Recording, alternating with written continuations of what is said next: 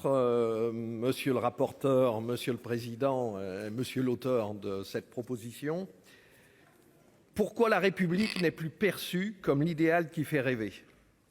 Parce que la promesse républicaine n'est pas tenue. Aussi, ne nous étonnons pas que certains se tournent vers d'autres promesses et cèdent aux emprises idéologiques qui leur sont proposées. Monsieur le ministre, ici même, devant vous, il y a un mois, je rappelais les vœux du président de la République.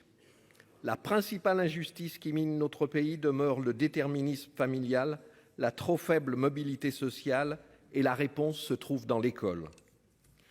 Vous nous aviez annoncé pour fin mars de nouvelles dispositions d'affectation des élèves plus équitables entre écoles publiques et privées.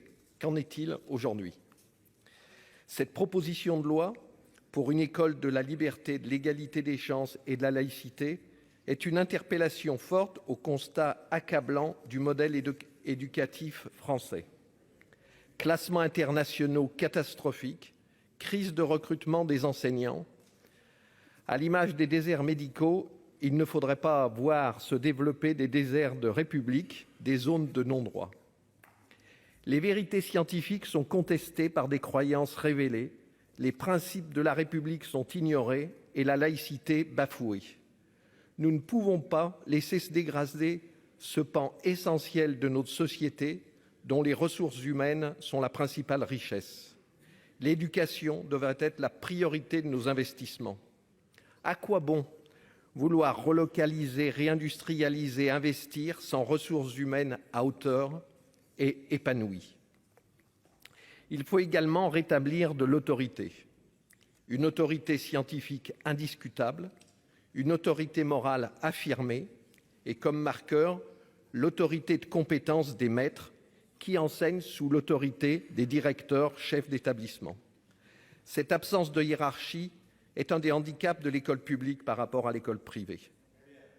Donnons de l'autonomie aux établissements.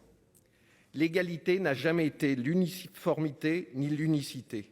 Elle est au contraire l'adaptation au terrain et aux circonstances et doit pour cela associer les collectivités locales, mairies bien sûr, mais aussi les services médico-sociaux des départements, les régions pour l'orientation, les parents d'élèves et l'éducation nationale, avec l'école comme chef de file.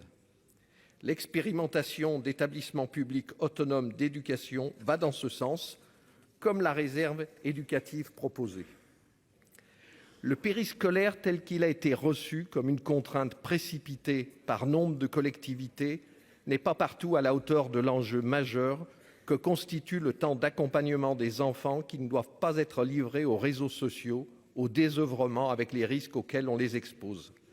L'encadrement des enfants par une communauté éducative doit être renforcé. Combien de parents font le choix de l'enseignement privé à cause de l'absentéisme non remplacé? Les enseignants doivent être soutenus, respectés, financièrement et socialement.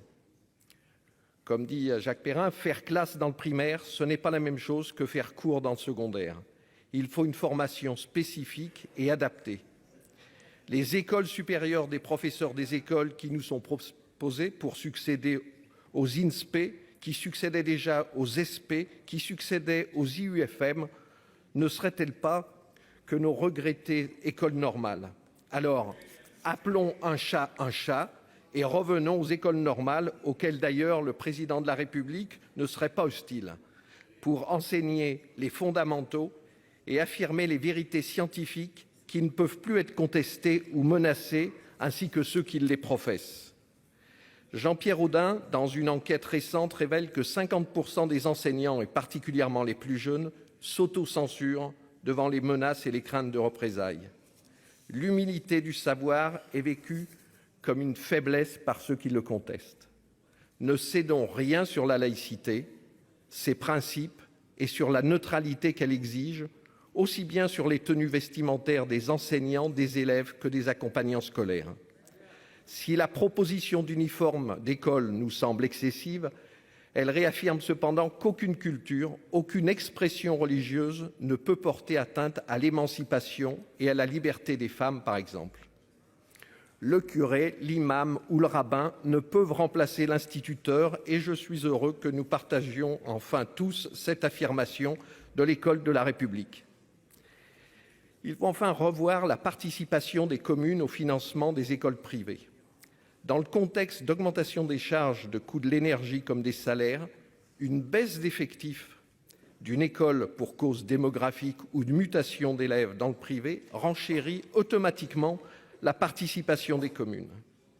Elles divisent leurs coûts fixes par un nombre moins d'élèves et abondent ainsi les ressources de leur concurrence. Cela rend tout nouvel investissement supplémentaire d'ailleurs encore plus pénalisant. Les charges devraient être divisées par le nombre de places potentielles et non par le nombre d'élèves effectifs. Je vous ai déjà alerté sur ce sujet, monsieur le ministre.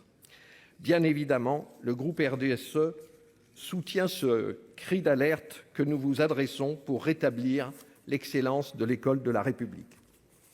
Merci, chers collègues.